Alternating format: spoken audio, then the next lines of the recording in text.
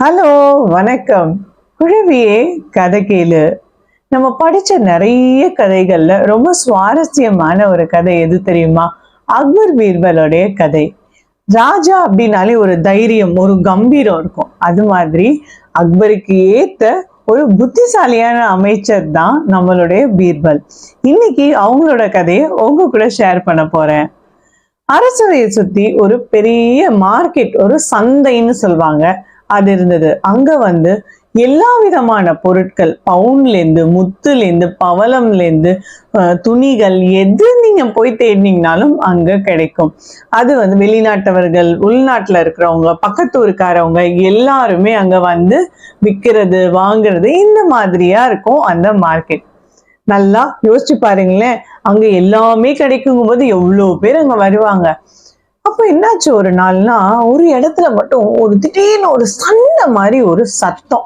2 பேரு சத்தம். இல்லா, எங்கேங்கிறா இந்த சத்தம் வருது அப்படின்னு சொல்லி பார்த்தா, அது ஒரு முத்து விற்கிற, பேர்ல் சொல்லுவாங்க இல்லையா, முத்து, அந்த முத்து விற்கிற ஒரு கடை. அந்த கடையிலோட உரிமையாளர் என்ன பண்ணா, கத்துறான், புடிங்க புடிங்க புடிங்க, அவன் என்னுடைய பொருட்களை எல்லாம் திருடிட்டு ஓடுறான், புடிங்க அப்படின்னு சொல்லி அவன் ரொம்ப கத்துறான். இவன் கத்துறது கேட்டோன்னா அங்க இருக்கவங்க எல்லாம் அந்த ஆளை போய் பிடிக்க போறாங்க. அவன் ஆனா உள்நாட்டுக்காரன் கிடையாது, வெளியூர்ல இருந்து அங்க வந்திருக்கான். அவன் சொல்றான், இல்ல இல்ல, நான் திருடலை, என்ன பிடிக்காதீங்க, அவனை பிடிங்க. ஏன்னா அவன் என்கிட்ட இருந்து எல்லாத்தையும் திருடிட்டு இந்த ஊருக்குள்ள வந்துட்டான் அப்படின்னு அவன் சொல்றான். யார் சொல்றத நம்புறது, இவன் சொல்றதா அவன் சொல்றதா? சரி, அங்க இருக்கிற காவலாளிகள் 2 பேரையும் புடிச்சிட்டு போயிட்டு நம்ம அக்பருடைய அரசவையில நிக்க வச்சிடறாங்க. 2 பேரும் மாத்தி மாத்தி சொல்றாங்க, அவன் தான் திருடன், நான் இல்லை. இவன் சொல்றான், அவன் தான் திருடன், நான் இல்லை, நான் வெளியூர்காரன், இங்க இவனை கண்டுபிடிக்கிறதுக்காக தான் வந்தேன் அப்படின்னு சொல்லி அந்த வெளியூர்காரன் சொல்றான். உள்ளூர்காரன் சொல்றான், இல்ல இல்ல, அவன் என்கிட்ட இருந்து தான் திருடுறான் அப்படின்னு. இதை பார்த்ததுமே அக்பருக்கு ஒரு குழப்பமான சூழ்நிலை. இதுல யார் சொல்றது உண்மைன்னு தெரியலையே அப்படின்னு சொல்லி, சரி பீர்பல், நீயே ஒரு நல்ல தீர்ப்பை சொல்ல அப்படின்னு சொன்னே. பீர்பல் ரொம்ப புத்திசாலிப்பா. எதுவுமே என்னன்னா ஒரு தடவைக்கு 2 நல்ல ஷார்ப்பா யோசிச்சு பளிச்சுன்னு ஒரு முடிவை சொல்லிடுவார். அப்ப அவர் என்ன செய்யறாருன்னா, அரசே, உங்களுக்கு நான் கண்டிப்பா உதவி செய்யறேன், ஆனா நான் அதுக்கு நல்ல தியானம் பண்ணாதான் என்னால அதுக்கு பதில் சொல்ல முடியும் அப்படின்னு சொன்ன ராஜா.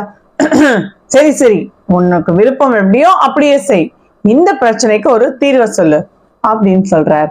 உடனே, நான் கண்ணை மூடி தியானம் செய்யற வரைக்கும் இந்த 2 பேரும் கைகளை பின்னாடி கட்டிட்டு கண்ணை மூடி குனிஞ்சு படுத்திருக்கணும், அப்பதான் என்னால யார் உண்மையானவங்க யார் பொய்யானவங்கன்னு கண்டுபிடிக்க முடியும்னு சொல்றார். ஆஹா அப்படின்னு சொன்னே, சரி சரி பண்ணிடலாம் அப்படின்னு சொல்லிட்டு 2 பேரையும் கண்ணை மூடி கை 2த்தையும் பின்னாடி கட்டி குப்புற படுக்க வச்சிடறாங்க. படுக்க வச்சுட்டு நம்ம பீர்பல் கண்ணை மூடிட்டு தியானம் பண்ற மாதிரி உட்கார்ந்து இருக்கிறார். என்ன ஆச்சு அப்படின்னா, அந்த உள்ளூர்காரன் இருக்க இல்லையா, அவன் தான் தப்பு பண்ணிருப்பான். அவன் என்ன பண்ணிருப்பான்னா, இந்த வெளியூர்காரன் கிட்ட இருந்து ஏமாத்தி முத்துக்கள் எல்லாம் திருடிட்டு வந்திருப்பான். ஆனா அது யாருக்குமே தெரியாது. பீர்பல் இதை யோசிச்சிருப்பார். அந்த பொய் சொன்னவனுக்கு மனசு படபட படப்படன்னு அடிச்சுக்கும், பயம் வந்துடும். ஆஹா, பீர்பல் தியானம் பண்றாரு, நம்ம தான் தப்பு செஞ்சோம் அப்படின்னு கண்டுபிடிச்சிருவாரு. நம்ம பயத்துல படுத்துட்டே இருக்கான். குனிஞ்சு படுக்கும்போது அவனுக்கு வேர்த்து ஊத்துது. அந்த உண்மையான வியாபாரிக்கு எதுவுமே செய்யல, அவன் அமைதியா அவன் பாட்டுக்கு இருக்கான். பீர்பல் திடீர்னு கண்ணு முழிச்சோன்னு, அந்த தப்பு செஞ்சான் இல்லையா, அவனுடைய தலையை சீவுங்க அப்படின்னு மட்டும்தான் சொல்லுவார், யாருன்னு சொல்ல மாட்டார்.